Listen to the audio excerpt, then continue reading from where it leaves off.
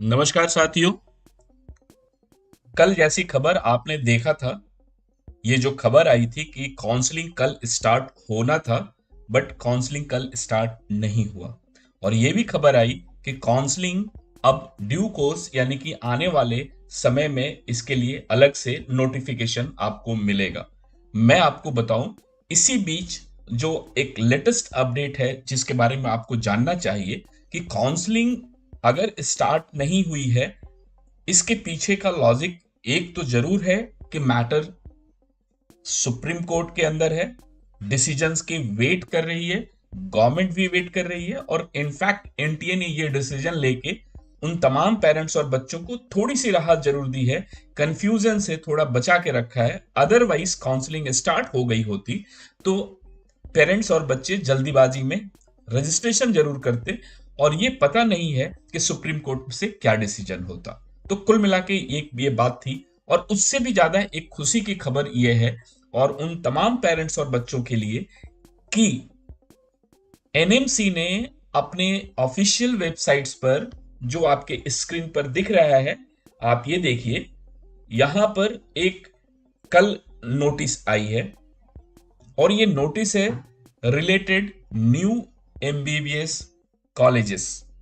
और जो new medical institutions और कॉलेजेस के बारे में ये जो नोटिस है, ये क्या है मैं आपको बताना चाहता हूं, आप इसे समझिए। ये नोटिस कल आई है और नोटिस है एनएमसी की तरफ से, डेटेड 6 जुलाई 2024, और सब्जेक्ट है application for establishment of new UG medical colleges for academic year 2024-25।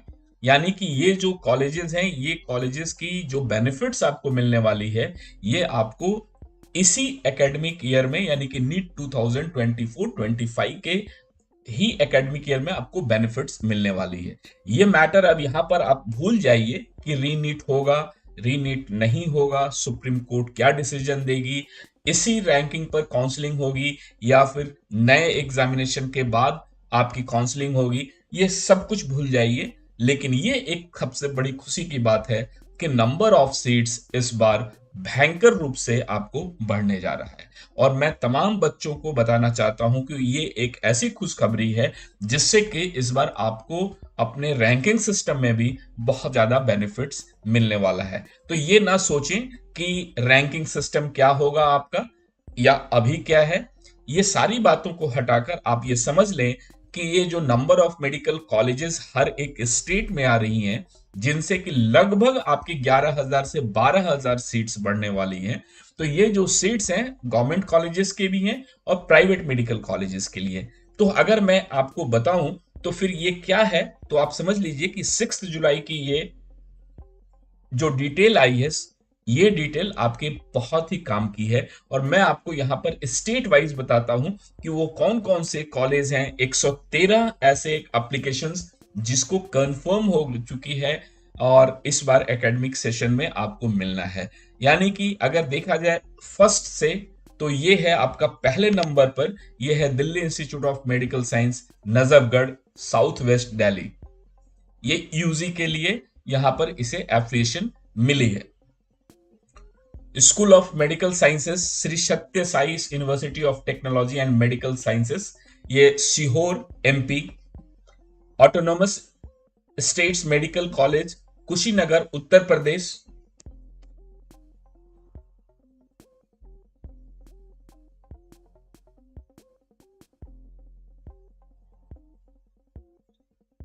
तो ये जो उम्मीद है, आप समझ लीजिए कि ये इस साल इतने कॉलेजेस आएंगे और मैक्सिमम जो कॉलेजेस का जो सेटअप है वो भी रेडी है। तो autonomous state of medical college Pilibhit, Bihar medical colleges, ये आप देखिए Purulia, medical Bharat medical college, autonomous states of medical college Sultanpur. इसके बाद देखिए Mahatma Bidar autonomous states of medical colleges Bijnor UP, Dev medical colleges and research centres Jaipur. यानी कि तमाम हर एक स्टेट्स में नए मेडिकल कॉलेज इस एकेडमिक ईयर के लिए मिल रहा है। आप समझ लें कि जो इस बार ये जो नंबर ऑफ सीट्स बढ़ेंगी, तो नो डाउट बहुत ज्यादा इम्पैक्ट होगा, बहुत सारे बच्चों को मौका मिलेगा। और मैं आपको बताऊं, ये मैटर कभी भी आप ये ना सोचें कि इसके पीछे आपका रीनीट का होना ना होना उससे आपको कोई बेनिफिट मिलेगा या नहीं मिलेगा, ये बात बिल्कुल अलग है। लेकिन एक चीज बिल्कुल ध्यान रखेंगे कि नंबर ऑफ सीट्स का बढ़ना बिल्कुल बेसिक रिक्वायरमेंट है इंडिया में अभी, क्योंकि जिस तरीके से हेल्थ डिपार्टमेंट में नंबर ऑफ स्टूडेंट्स की जरूरत है और यहाँ पर सीट्स कम है, कॉलेजेस कम है, ये सारे स्कैम्स के पीछे भी यदि मैं आपको बताऊं, बहुत सारे ऐसे बच्चे हैं कि ये सोच रहे हैं कि ये स्कैम आखिर मेडिकल कॉलेजेस में क्यों होता है। मैं आपको बताऊं, पढ़ाई करने के लिए यदि कोई स्कैम करता है, 30-30 लाख, 35-35 लाख रुपए खर्च करता है, तो इसके पीछे का लॉजिक आप समझिए कि हमारा जो बेसिक इंफ्रास्ट्रक्चर है वहीं कहीं ना कहीं बहुत बड़ा गैप है। एडुकेशन के लिए कोई आप जॉब के लिए इतनी मारामारी नहीं है, क्योंकि इसकी कोई गारंटी नहीं है कि जब यहां पर सारे के सारे बच्चे जब एमबीबीएस कंप्लीट करते हैं तो 100% सारे बच्चे सेटल्ड होते हैं। उसके बावजूद भी एमबीबीएस के लिए इतनी मारामारी, यानी कि एजुकेशन के लिए आपको डोनेशन देना पड़ रहा है, और ये इसलिए क्योंकि आपके पास इंफ्रास्ट्रक्चर्स की कमी है। अदर आउट ऑफ इंडिया अगर आप देखेंगे तो बहुत सारे ऐसे कंट्रीज हैं जहां पर एमबीबीएस के लिए वहां के बच्चों को इतनी मारामारी, या गवर्नमेंट फीस पर हो या प्राइवेट मेडिकल कॉलेजेस में हो, इतनी ज्यादा वहां पर हाई कंपटीशंस नहीं है कि वहां पर जाकर आपको सीट्स परचेज करना पड़े। कैसे? या तो प्राइवेट में, या फिर आप गलत तरीके से आप यहां पर जाएं और वहां पर पैसे देकर आप पेपर लीक करा लें। ये इनके पीछे दो चीजें हैं। अगर बेसिक इंफ्रास्ट्रक्चर यहां पर सिस्टम होता तो आपको ये सिचुएशन नहीं मिलती कि पेपर्स लीक हो रहे हैं। पेपर लीक होने के पीछे लोग पैसा लगाते हैं।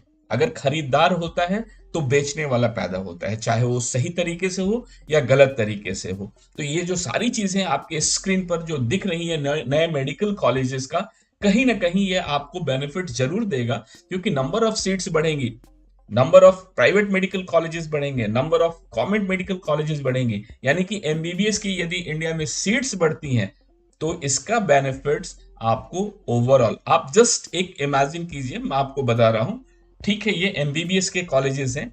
जस्ट 2 मिनट में आपको मैं अपडेट देता हूं। आज से सिर्फ 7 साल या 8 साल बैक में जाइए, आपने देखा होगा बीटेक को लेके भी इतनी ही क्रेज थी, और बीटेक के लिए जो साउथ इंडिया में जो इंस्टीट्यूट्स थे वहां पर भी 5-5 लाख रुपए, 6-6 लाख रुपए देके डोनेशन लोग एडमिशंस लेते थे बीटेक के लिए प्राइवेट मेडिकल कॉलेजेस में। लेकिन आज की डेट में बीटेक इतना मास लेवल पे इंडिया में ओपन हो चुका है, बीटेक इंस्टीट्यूट्स, कि अब बीटेक के प्राइवेट में इंस्टीट्यूशंस में सीट्स फुल नहीं होती हैं। यानी कि वहां पर भी एजुकेशन है आफ्टर 10+2, यहां पर भी आपका एक एजुकेशन है 10 आफ्टर 10+2, यहां मेडिकल फील्ड है, वो इंजीनियरिंग फील्ड है। लेकिन वहां की इंजीनियरिंग फील्ड में आज की डेट में अगर आपको प्राइवेट मेडिकल कॉलेज में की जगह पे प्राइवेट इंजीनियरिंग करना हो तो इतनी बड़ी बात नहीं है।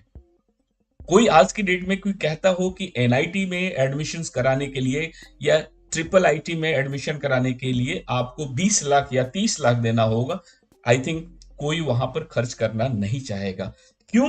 क्योंकि वहां पर बीटेक के अल्टरनेट ऑप्शंस बहुत हैं, लोअर बजट से लेके हायर साइड के बजट्स में। तो वहां पर कोई इस तरह की कंपटीशंस, रॉन्ग प्रैक्टिसेस नहीं है। मेडिकल कॉलेजेस के लिए क्या है कि हमारे पास सेटअप की कमी है, गवर्नमेंट सीट्स की कमी है, प्राइवेट मेडिकल कॉलेज होने के बावजूद भी सीट्स की कमी है। तो यहां पर कंपटीशन ज्यादा है, डिमांड ज्यादा है, तो सप्लाई कम होना और डिमांड ज्यादा होना, इसका नतीजा होता है कि गलत चीजें मार्केट में पनपती हैं। अगर मैं देखूं आपके ये उड़ीसा का कॉलेज, इसके बाद देखिए नेक्स्ट ये औरैया, कानपुर, यूपी, चंदौली, तमाम उड़ीसा, ये तमाम ऐसे स्टेट्स हैं जहां पर असम, हरिद्वार, हरियाणा, जलाना, या महाराष्ट्र, राजस्थान, उत्तराखंड, रायपुर, आंध्र प्रदेश, ये Gadchiroli autonomous medical college, Lalitpur. इसके बाद देखिए government medical college Washim, Sikkim, Maharashtra, Tripura, Madhya Pradesh, Karnataka, ये YSR district government medical college Amaravati, MP, Maharashtra, Madhya Pradesh, MP, Andhra Pradesh, ये तमिलनाडु, और ये है आपका मंडमपल्ली गवर्नमेंट मेडिकल कॉलेज।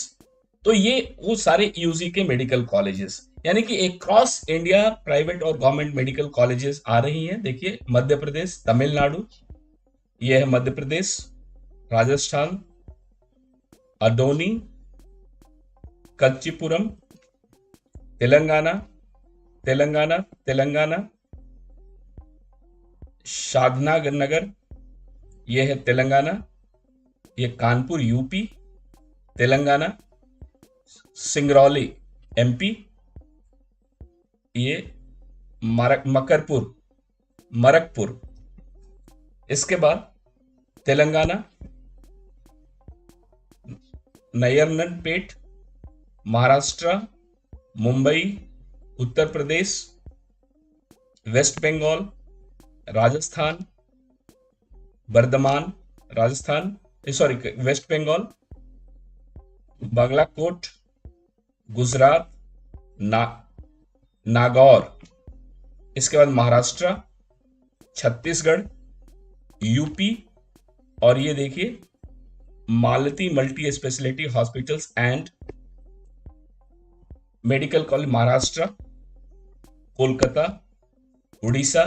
यानी कि ये स्क्रीन पर आप देखिए तमाम ऐसे मेडिकल कॉलेजेस हैं अलग अलग स्टेट्स में, और इसमें गवर्नमेंट और प्राइवेट ये सारे मेडिकल कॉलेजेस हैं। इसके लिस्ट से आप अपना कॉलेज अपने स्टेट्स का ढूंढ सकते हैं और आपको एक आइडिया लगेगा। और आपको मैं ये भी बताऊं कि यदि ये प्राइवेट मेडिकल कॉलेजेस हैं तो उस स्टेट्स के बेनिफिट्स तो हैं ही, और अगर गवर्नमेंट मेडिकल कॉलेज हैं तो ऑल इंडिया काउंसलिंग में भी सीट्स बढ़ने वाली हैं और स्टेट की भी।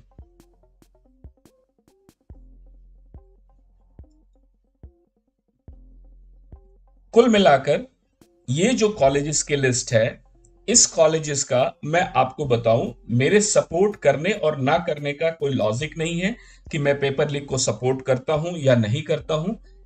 मैंने पहले ही बोला है कि ये जो मैटर है ये बिल्कुल वो मैटर अलग है, और इस मैटर्स को आप उससे क्लब ना कीजिए, क्योंकि ये नंबर ऑफ सीट्स का बढ़ना एक बेसिक रिक्वायरमेंट्स है इंडिया में आज की डेट में मेडिकल कॉलेजेस के लिए। और जहां तक रही बात आपके पेपर लीक का, और नहीं, आज संडे है, कल मंडे है, 8 जुलाई, आपको पता है कि 8 जुलाई को सुप्रीम कोर्ट में इसकी हियरिंग होनी है, और सुप्रीम कोर्ट में क्या डिसीजन आता है ये आपको पता है कि वहां पर जो भी डिसीजन होगा सभी को मानना होगा। वैसे तो आपको पता है कि गवर्नमेंट ने इस चीज को डिनाई किया है कि बहुत ज्यादा मास लेवल पर पेपर लीक नहीं हुआ है, इसलिए इस पेपर को री एग्जाम नहीं कराना चाहिए। लेकिन मेरे और आपके बीच एक यही डिफरेंसेस है कि मेरा ऑलवेज यही मोटिव है कि बच्चों के साथ जस्टिस होना चाहिए, चाहे पेपर लीक की प्रॉब्लम्स को जैसे भी सॉल्व किया जाए, डेटा एनालाइज करके, डेटा ऑडिट करके, रीनीट करा के, या फिर उन सारे बच्चों को ट्रेल्ड फाइंड आउट करना और उसके बाद उस पूरे सिस्टम से उसको निकाल के बाहर करना।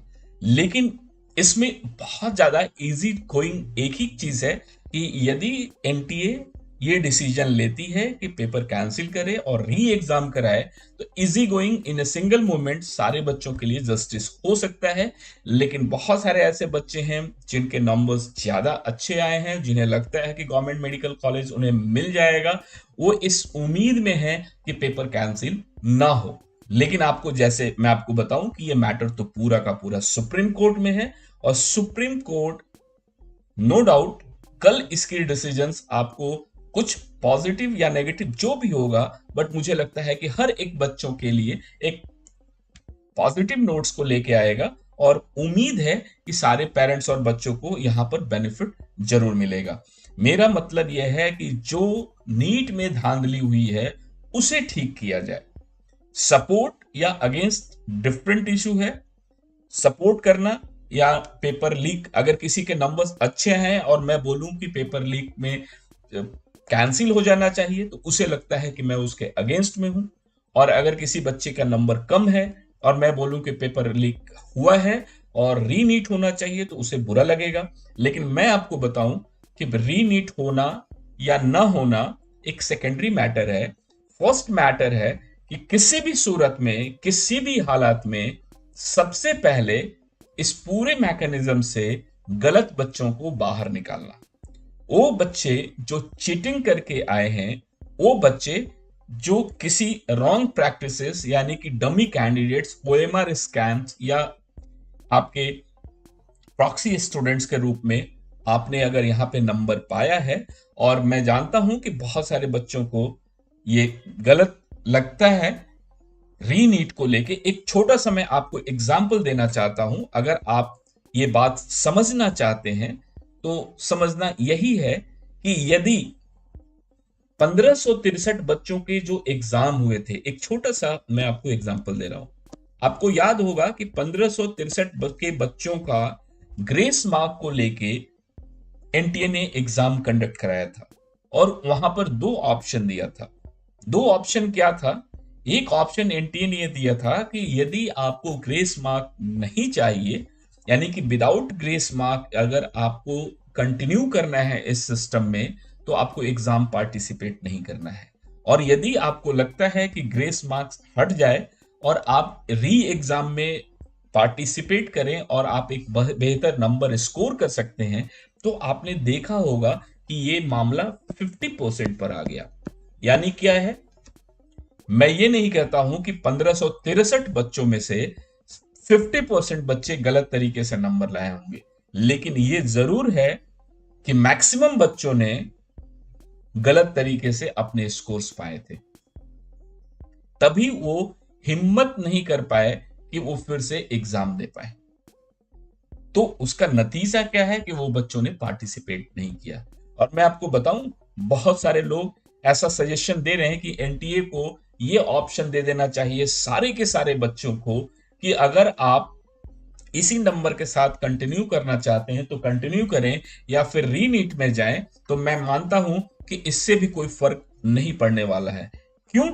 क्योंकि जो गलत तरीके से बच्चे सिस्टम में आए हैं वो कभी भी नहीं चाहेंगे कि फिर से रीनीट दें वो, और वो सेम नंबर को कंटिन्यू करना चाहेंगे। तो मैं आपको बताऊं, बहुत सारे प्रोस एंड कॉन्स हैं इस पूरे सिस्टम के अंदर में, और बहुत सारे लोगों की अपनी अलग अलग थ्योरी है। कोई कहता है 600 एबव नंबर्स वाले को ऑडिट हो, कोई कहता है 500 एंड एबव नंबर्स वाले बच्चों का ऑडिट होना चाहिए, कोई कहता है कि 650 एंड 720 के बीच के बच्चों के नंबर्स का ऑडिट होना चाहिए।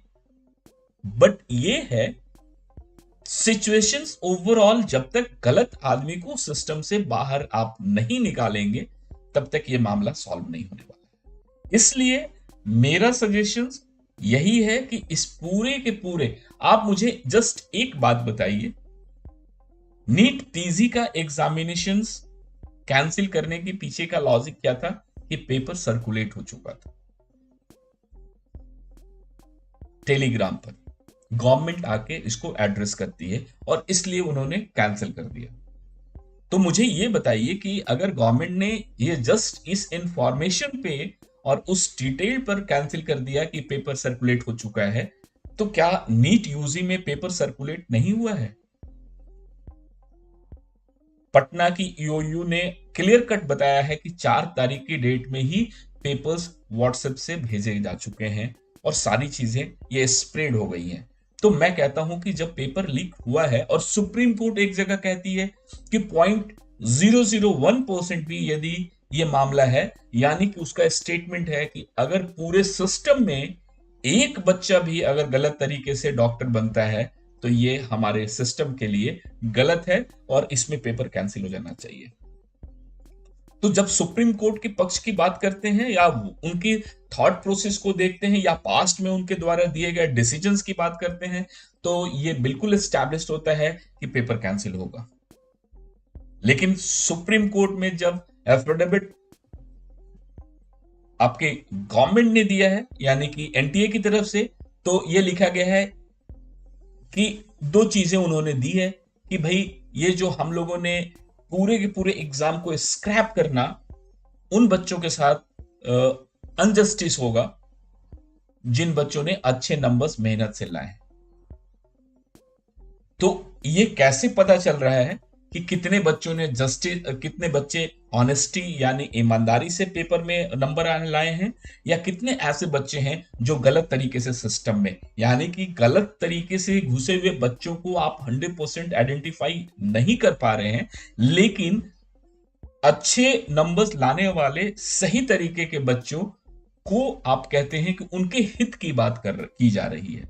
तो उनके अगर हित की बात की जा रही है तो उन बच्चों की भी बात करनी चाहिए कि अगर अच्छे नंबर्स में, यानी कि हायर साइड वाले नंबर्स में, अगर गलत तरीके से 200 बच्चे या 100 बच्चे भी आए हैं, जिसके चलते नीचे वाले रैंक के 100 बच्चों का भी अगर हक मारा जाता है, तो उसके लिए कौन रिस्पॉन्सिबल हो?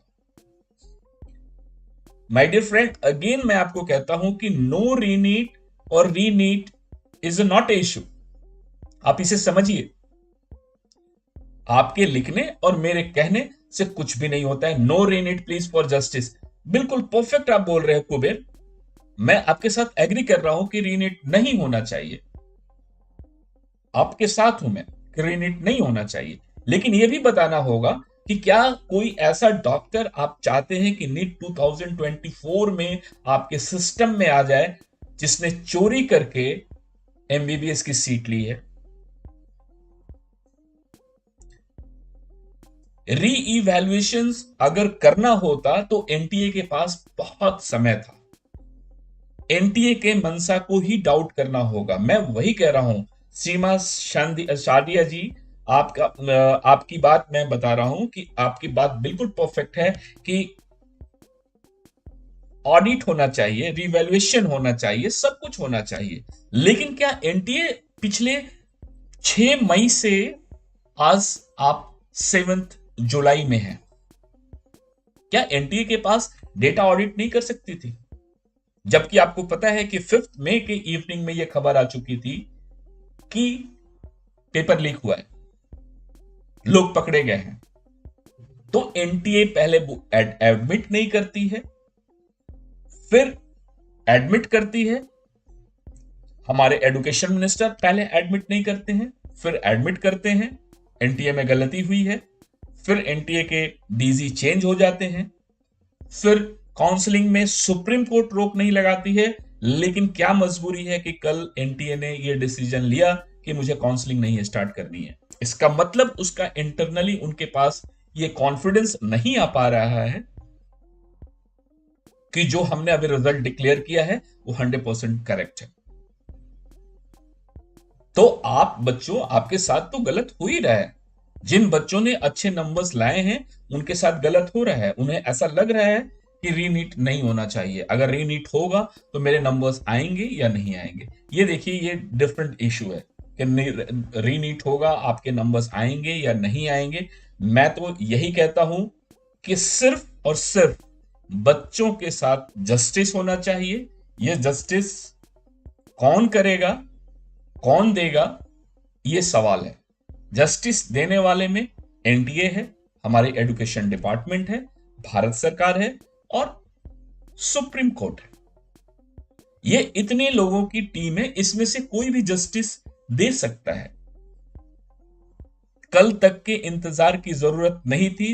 हो सकता था कि एनटीए या एजुकेशन डिपार्टमेंट अपनी डिसीजन बता देती कि हमने ये पूरा डेटा एनालिसिस किया है, डेटा ऑडिट कर रहे हैं, इसमें नई फाइंडिंग्स हो रही हैं, रजिस्ट्रेशन गलत तरीके से बहुत सारे लोगों का हुआ है, उनको शायद मैं निकाल रहा हूं, या फिर ये इतने बच्चे पकड़े गए हैं उनको निकाला जा रहा है। ऑन एन एवरेज मैं आपको बताऊं कि पूरे सिस्टम में 20-25 हजार बच्चे एंटर किए हैं, उनको तो निकालना होगा। जो बच्चे कह रहे हैं कि रीनीट नहीं होना चाहिए, बहुत अच्छी बात है, उनके पक्ष की बात है, कि रीनीट नहीं होना चाहिए, लेकिन सिस्टम से वो सारे बच्चे गलत निकलने चाहिए जो गलत तरीके से सिस्टम में आए हैं। तो क्या होगा, दोनों चीजें हो जाएंगी, रैंकिंग ठीक हो जाएगा और उन बच्चों की भी बात रह जाएगी जो बच्चे मेहनत करके अच्छा नंबर लाए हैं और उनकी रैंकिंग आज की डेट में खराब है। आप सोच सकते हैं कि 720 नंबर स्कोर करने वाला बच्चा 715 नंबर स्कोर करने वाला 716 स्कोर करने वाले बच्चे को अगर एम्स नहीं मिलता है तो वो क्या सोचेगा।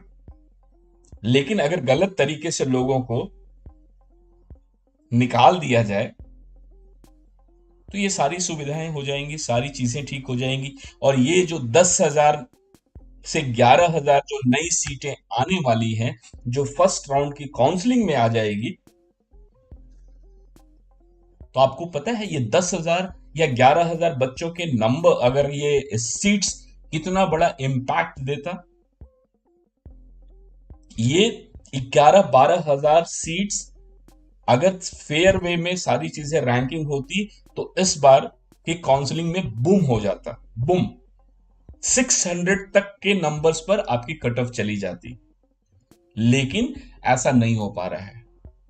ये 10-11,000 सीट्स अगर आ भी जाती हैं फर्स्ट राउंड में, जो कि एनएमसी के साइट पर ये इंफॉर्मेशन है, उसके बावजूद भी वो इंपैक्ट नहीं पड़ने वाला है, क्योंकि 10,000 11,000 अगर सीट्स बढ़ती हैं, वो भी प्राइवेट और गवर्नमेंट मिला के, और बच्चे 20-25,000 एड ऑन होते हैं गलत तरीके से सिस्टम में, जो मुझे लगता है कि ये हुआ है, और वो हुआ है 620 से 720 के बीच में।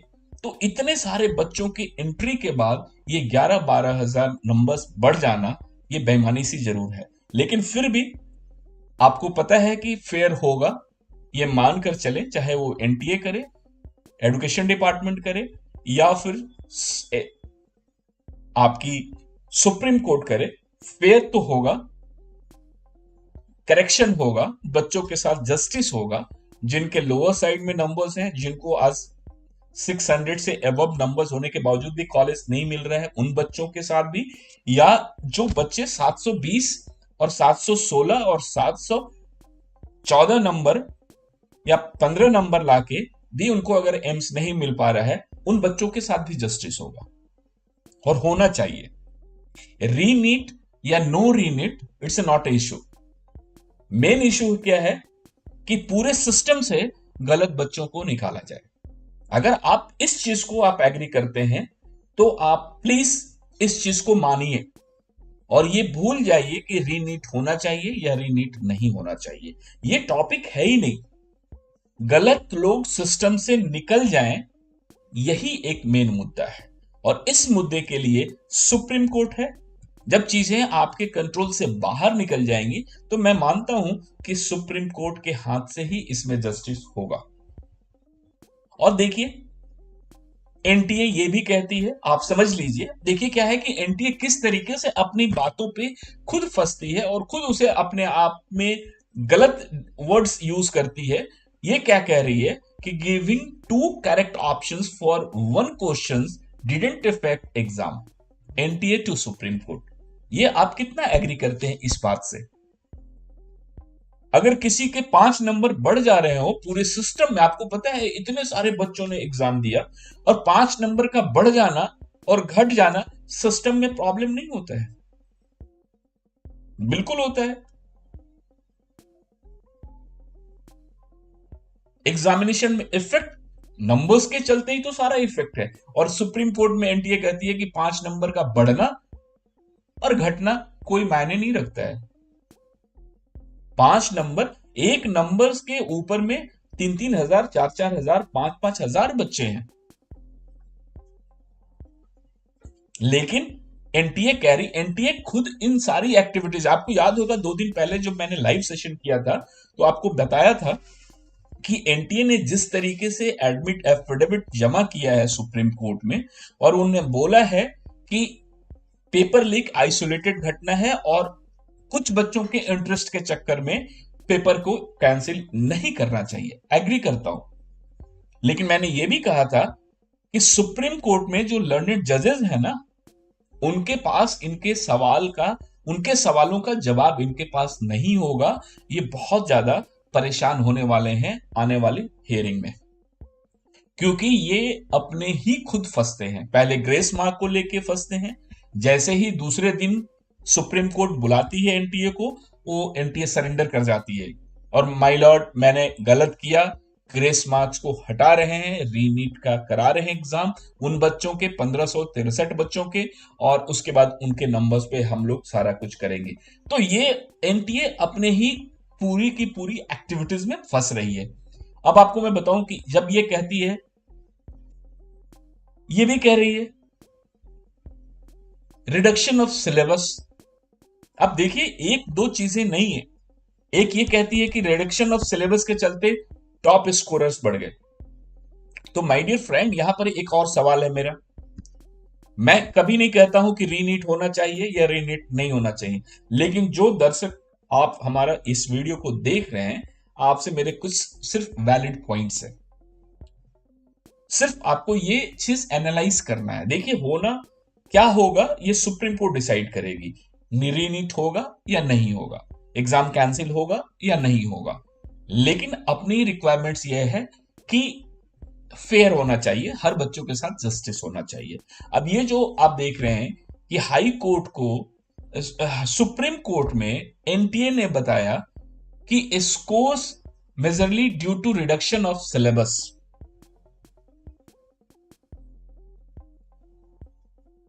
ज्यादा नंबर्स इसलिए आए हैं क्योंकि इन्होंने सिलेबस को छोटा किया था कोविड के चलते। परफेक्ट। इसके चलते बच्चे स्कॉलर्स बढ़ गए, अग्री। तो आपको पता है कि ये 620 से 720 के रेंज में बच्चों के 218% का ग्रोथ हुआ है। यानी कि सिलेबस के रिडक्शन करने से इस रेंज के बच्चों में काफी ग्रोथ हो गया। लेकिन अगर 520 से 620 की रेंज की बात करते हैं तो यहां पर 58% का ग्रोथ है सिर्फ। आखिर क्यों? जब सिलेबस डाउन हुआ है तो जो ग्रोथ रेट आपको इस ग्रुप में मिलना चाहिए था वो इस ग्रुप में भी मिलना चाहिए था, और 420 से 520 के रेंज में भी आपको यही सेम परसेंटेज मिलना चाहिए था। बट ऐसा नहीं हुआ, ऐसा नहीं हुआ। तो ये कहना कि अगर आपने सिलेबस रिड्यूस किया है तो वो कमजोर बच्चों के लिए भी सिलेबस रिड्यूस हुआ है, जो इंटेलिजेंट बच्चे हैं टॉप मोस्ट उनके लिए भी सिलेबस रिड्यूस हुआ है, और जो मीडियोकर हैं, आपको पता है कि परसेंटेज क्या होता है, 20, 70 और 10। 20% टॉप अच्छे बच्चे होते हैं, 70% मीडियोकर रेंज में होते हैं, और 10% बिल्कुल बॉटम लाइन में होते हैं। तो 20, 70 और 10 की अगर बात करते हैं तो यहां पर तो इंपैक्ट पड़ता है आपका क्या, रिड्यूस सिलेबस का, और इन बच्चों पे कोई फर्क नहीं पड़ता है। ये बच्चों को कोई फर्क नहीं पड़ता है कि सिलेबस रिड्यूस हुआ है, क्योंकि उनका जो ग्रोथ रेट है, पासिंग परसेंटेज है, वो वही है जो लास्ट ईयर के टेंटेटिव सिस्टम से था। यहां पर भी जो बिल्कुल कमजोर बच्चे थे उनको भी कोई फर्क नहीं पड़ता है, उनका भी जो परसेंटेज है वो सर्टेन फिक्स्ड है। लेकिन ग्रोथ कहां आ रहा है, 620 से 720। ये क्यों आ रहा है? इसके पीछे का एक ही लॉजिक है, और वो लॉजिक क्या है, जितने भी पेरेंट्स और बच्चों ने गलत तरीके से इस सिस्टम में नंबर लाया है, उन्हें पता है कि गवर्नमेंट मेडिकल कॉलेज 620 के ऊपर आना है, इससे नीचे उनको गवर्नमेंट कॉलेज नहीं मिलेगा। अगर कोई 30 लाख 35 लाख रुपीज या 15 या 20 लाख रुपीज खर्च करता है तो वो इसलिए नहीं खर्च करता है कि उसके बच्चे का 520 नंबर्स है, वो इसलिए नहीं खर्च करता है कि 410 है या 200 नंबर्स है, वो इसलिए खर्च करता है कि इतने पैसे खर्च करने के बाद उसे गवर्नमेंट की सीट मिल जाए, और गवर्नमेंट की सीट मिलने के लिए उसे 620 एवर्ब चाहिए, क्योंकि आपको पता है कि लास्ट ईयर 610 के आसपास में गवर्नमेंट कॉलेज का कट ऑफ हो गया। तो जब 610 के आसपास में 2023 में कट ऑफ चला गया, तो इस बार बहुत ही स्मार्टली लोगों ने ये प्लान किया कि नंबर्स तो 620 एंड अबव होना चाहिए, लेकिन ये पता किसी को नहीं था कि इतने ज्यादा बच्चों को नंबर आ जाएंगे 620 अबव। अगर ये 2000, 3000, 4000, 5000, 6000 तक के बच्चों का नंबर आता 620 और 720 के बीच में अनएक्सपेक्टेड गलत तरीके से भी, तो ये मामला इतना नहीं होता भाई। ये सिर्फ इसलिए हुआ कि ये पता नहीं चला, मुझे लगता है कि ये मिसमैनेजमेंट ऑफ पेपर लीक है। ये कहना बड़ा ही ताजुब है, क्योंकि चोरी करने में भी स्मार्टनेस नहीं दिखाई गई। कितने लोगों को पेपर बेच दिया जाए जिससे कि हमारे ऊपर चोरी का इल्जाम ना लगे। यानी कि पेपर लीक वाले ऐसा समझ नहीं पाए, और उन्होंने क्या किया, उन्होंने बहुत सारे लोगों को पेपर दे दिया, जहां तक मुझे लगता है। क्योंकि ये देखिए, सिर्फ डेटा की बात मैं कर रहा हूं, क्योंकि मेरे पास ना कोई सोर्स है, ना पुलिस है, ना सीबीआई है, ना कोई और रिपोर्ट है, ऐसा कुछ भी नहीं है। बट मैं डेटा एनालिसिस करता हूं कि आखिर अगर एनटीए ये जवाब सुप्रीम कोर्ट में दे रही है अपने एफिडेविट में कि सिलेबस को रिड्यूस किया गया, जिसके चलते टॉप स्कोरर्स बढ़ गए, यानी कि बच्चों के रैंक अच्छे हो गए। तो माय डियर फ्रेंड, बच्चों के रैंक अच्छे हो गए, कहां दिक्कत है? लेकिन जिस परसेंटेज में लास्ट ईयर से दिस ईयर का ग्रोथ होना चाहिए था, तो सारे बच्चों को होना चाहिए था, हर एक रेंज में होना चाहिए था। अगर सपोज एक स्कूल 10th में आप जाएं, किसी एक कॉलेज में 10th के बच्चों को मैट्रिक एग्जामिनेशन में 5 चैप्टर्स हर सब्जेक्ट से निकाल दिया जाए, और उनको बोला जाए कि इस बार जो पेपर्स आ रहे हैं, हर एक सब्जेक्ट से पांचों पेपर्स में से 5-5 सब चैप्टर्स माइनस कर दिए गए हैं और आपको एग्जाम देना है। तो ऐसा क्या होगा, जो 5 पेपर्स हर सब्जेक्ट से माइनस किया जाएगा, तो क्या वो सारे के सारे बच्चों को बेनिफिट देगा, या फिर जो क्लास में टॉप करने वाले बच्चे पहले से थे उन्हीं बच्चों को अच्छे नंबर आ जाएंगे, और जो बच्चे कमजोर थे पढ़ाई में उनको फर्क नहीं पड़ेगा, वो भी अच्छा नंबर लाएंगे? क्योंकि अगर 5 चैप्टर्स हर सब्जेक्ट से माइनस हो रहा है, 25 चैप्टर माइनस होगा, तो सारे बच्चों के ऊपर में इंपैक्ट होगा, तो सारे बच्चों के नंबर्स थोड़े अच्छे हो जाएंगे, जो पास्ट में आने चाहिए थे उससे बेहतर हो जाएंगे। ऐसा नहीं होगा कि क्लास में जो 10-12 बच्चे बहुत अच्छा नंबर स्कोर कर रहे थे, वो सारे के सारे फुल मार्क्स से स्कोरर होंगे, और बीच वाले में कोई फर्क नहीं पड़ने वाला होगा, और उसके नीचे वालों पे भी कोई फर्क नहीं पड़ने वाला होगा। तो एनटीए अपने इसी डेटा से अगर चेक करे, तो उनको पता चल जाएगा कि आपका जो ये स्टेटमेंट है कि सिलेबस को रिड्यूस करने से हमारे जो टॉप स्कोरर्स हैं वो बढ़ गए, ये गलत है। आप इस बात से सहमत हैं तो मुझे कमेंट कीजिए, क्योंकि देखिए, इस बात को मैं यहां पर डिक्लेयर कर रहा हूं कि ये इनके स्टेटमेंट्स गलत हैं। और जहां तक रही बात दूसरी, कि ये कहते हैं कि 2 इनकरेक्ट जो करेक्ट ऑप्शंस थे, जिसके चलते नंबर्स के ऊपर में या सिस्टम पे कोई फर्क नहीं पड़ा है, ये भी गलत है। किसी बच्चे, अगर सपोज 50,000, 60,000, 70,000 बच्चों के 5-5 नंबर और एडिशनल मिल जाते हैं पूरे सिस्टम में, तो आपको पता है वो इंपैक्ट बिल्कुल देगा। और जिन बच्चों के वो पेपर्स में से वो फिजिक्स का क्वेश्चन गलत हुआ था, अगर उनके 5-5 नंबर मिल जाए तो बहुत सारे बच्चे ऊपर भाग जाएंगे।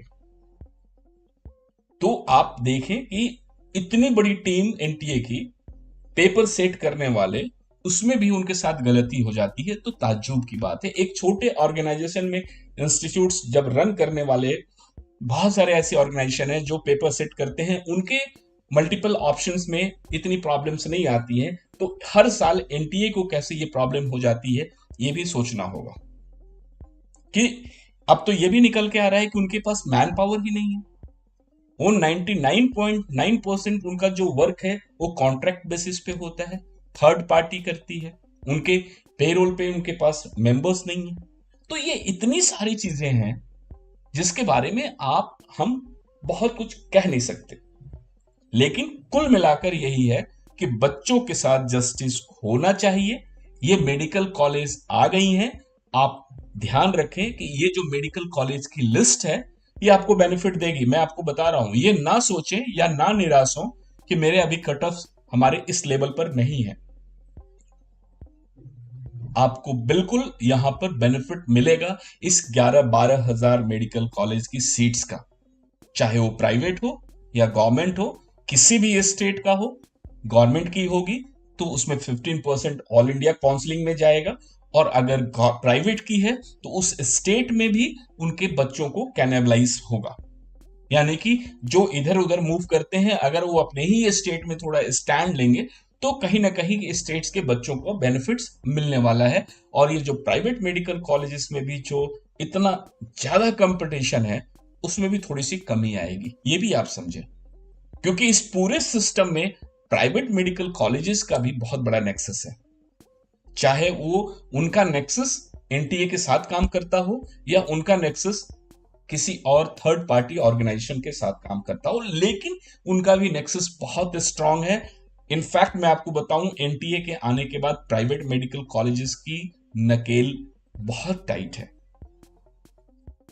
एनटीए को सारे के सारे प्राइवेट मेडिकल कॉलेज नहीं चाहते हैं, ये भी मैं आपको हार्डकोर फैक्ट बताऊं। एनटीए से उन्हें परेशानी ज्यादा है। मैं मानता हूं कि एनटीए के अंदर में तमाम प्रॉब्लम्स हैं, लेकिन उसके बावजूद भी तमाम पेरेंट्स और बच्चों को जो एनटीए से बेनिफिट मिलता है काउंसलिंग में, जो प्राइवेट मेडिकल कॉलेज वाले जो दादागिरी या सो कॉल्ड दादागिरी या जो मनमानी करते थे पहले, उनके ऊपर में एनटीए आने के बाद बहुत बड़ा नकेल लगा है। और एनटीए की ये एक बहुत बड़ी बात है जिसके चलते आपका काउंसलिंग प्रोसेस फेयर हुआ है। अदरवाइज प्राइवेट मेडिकल कॉलेज में आप बच्चों को एडमिशन कराना, चाहे उसका गवर्नमेंट का फीस ऑफिशियल फीस 70 लाख हो 60 लाख हो, बट आपको कॉलेज में जाकर पेमेंट करना आपके लिए टेढ़ी खीर थी। क्योंकि जब आप कॉलेज में जाते थे तो पता चला कि वहां पे 10 lakh rupees, 5 lakh rupees, 6 lakh rupees, 2 lakh rupees मनमाने ढंग से डेवलपमेंट चार्जेस, बिल्डिंग चार्ज। आज जो प्राइवेट मेडिकल कॉलेज की जगह पे आपको मैं बताऊं, जो प्राइवेट स्कूल्स में आप जाते हैं 10th और 12th वाले स्कूल में, आपने देखा होगा गवर्नमेंट बहुत वहां पर भी नकेल लगा रही है, उनको रोक रही है, रेगुलराइज कर रही है उनके सिस्टम्स को। लेकिन वहां पर भी फिर भी आपको building development, society development, school funds, charities, ये वो करके आपके पास तमाम डोनेशंस लेते हैं। सेम चीज आपको प्राइवेट मेडिकल कॉलेजेस में था। आपको लगता था कि वहां 60 लाख से 70 लाख रुपीज ट्यूशन फी है, लेकिन जब आप एडमिशन लेने कॉलेज में जाते थे तो आपको वहां पर तमाम पैसे देने पड़ते थे।